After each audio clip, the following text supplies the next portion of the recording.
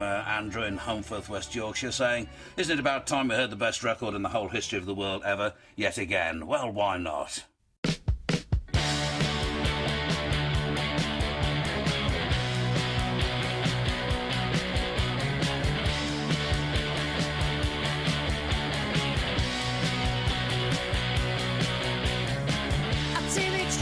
So hard to beat. Every time she walks down the street, another girl in the neighborhood. When she was mine, she looked so good. I wanna hold her tight. Get teenage kicks right through the night. I'm gonna call her on the telephone, have her over 'cause I'm all alone. I need excitement, oh I need it bad, and it's the best I've ever had. I wanna hold her tight. Get teenage kicks right through the night. We were playing Spot the Band there. That's not to say you look any different, gentlemen. I wouldn't suggest that for a second. Let's introduce you. It's Damian O'Neill and Michael Bradley, both with us now. Morning, both. Good morning.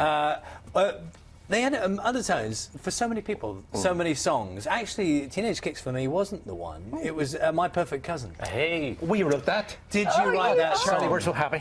Oh, we'll give some money for that, Charlie. I didn't know that in advance, but they were, I mean, they were cracking songs. Oh, thank you. We called them, sort of, in the lead in, they were sort of punk songs, but they weren't really punk, they were sort of pop.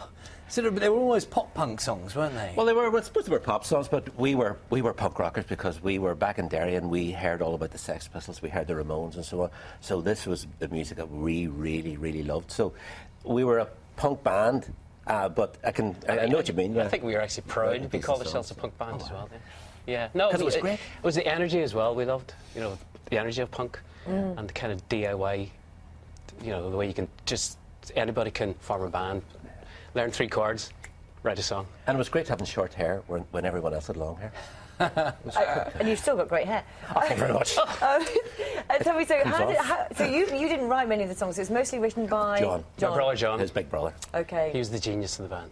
And he used to come with them pretty much written, didn't he? The songs. Yeah, he spent a long time in his bedroom writing them. Actually, no, he was downstairs watching TV. Yeah, we were both watching TV at the time. No, John was I mean, it doesn't come natural to him, but he worked very hard on it. But he just had this fantastic ability to come up with these fantastic melodies. You know? He doesn't like doing interviews either, in case you're wondering why. Oh, really? Is that why? Just loads. And tell us a little bit about when you first got that success.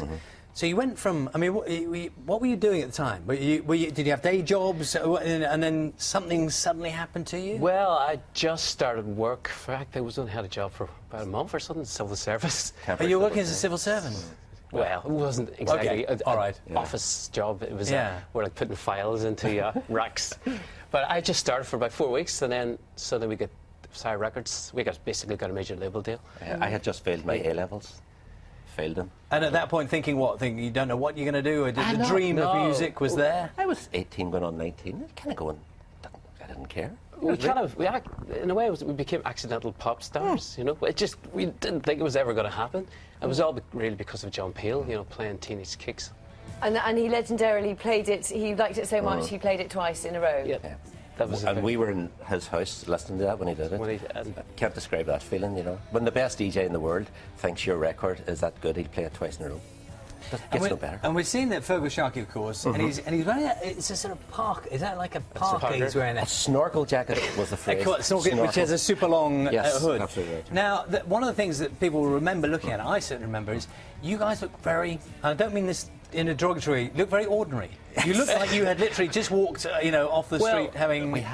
We were just wearing normal street clothes on stage, you know. It wasn't contrived, that was just us. The idea of ever wearing stage clothes, as Damian says, was just something that wasn't part of our thinking at all. And so whenever we went to Top of the Pops to do that, you know, we didn't really wear anything different. Although I borrowed his brother's Wrangler jacket, a white Wrangler jacket. Oh, really? That was my nod to show business. Is that, what do you mean, like a jacket, sort of like this kind of jacket, or was it? No, it was like a denim jacket, except it was white. White. Ooh. Yes. I thought I would become a pop star wearing a white jacket. Didn't work. Sounds like something Shakin' Stevens would have worn. I then sold it to Shakin' Stevens. Oh no, you were. You are making that bit up. Completely making that up. Sorry. Teenage Kicks covered what 43 different times. Is that right? Is that many times? I think it's 43 from what I've been told. Yeah, something like that. Your favourite versions, or would you not say? I know one. Apart from yours, obviously. There's a version by a band called Union Avenue, and they do it in the style of Johnny Cash singing "Ring of Fire." Okay. And it's really good. It actually. I can imagine that. It was teenage dream so hard to be. No, that much better than that. I think, and it has the horns and everything, the mariachi horns. It's fantastic. There's a great ukulele version. The ukulele orchestra. Orchestra of Great Britain or something. Now, people tend to associate you with those kind of very hard driving kind of songs, but there are other songs, and one of my other favourites was Wednesday Comes. Wednesday Week. So Wednesday Week, yes. Wednesday Week, which is a really, always found it a really sort of beautiful, rather poignant sort of a song. Again, that was written by John. There's obviously a sort of Beatles influence there. But I think that was written by this time we were doing our second LP, and I think we were trying to just move out of the kind of Ramones kind of buzzsaw thing, and again, it just shows how good he is.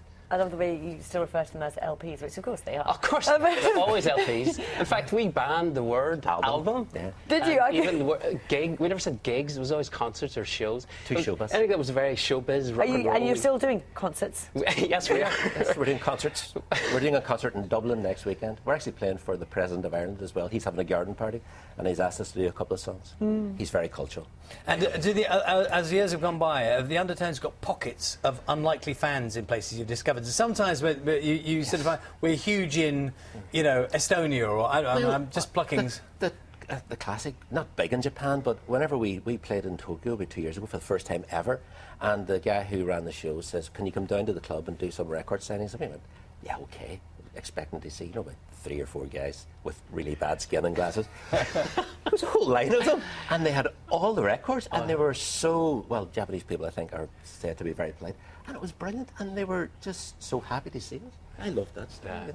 All these years they've been there. because we hadn't played before, so it was amazing. And they weren't even 50-year-olds. They were like 20 and 25 and 30. But they had all the records, and they wrote out their names so we could copy it for the autographs, and it was just a fantastic experience. Well, I mean, I have to say the songs really do stand the test of Thanks very time much. as well. There's no problem there. Lovely to see you. Thanks. Cheers. Thank you very much. Thank you. The Undertones DVD, an introduction to the Undertones, is out now, and you can see the band live doing a concert, as they call it, when they play in Dublin as part of their European tour next week. Thank you.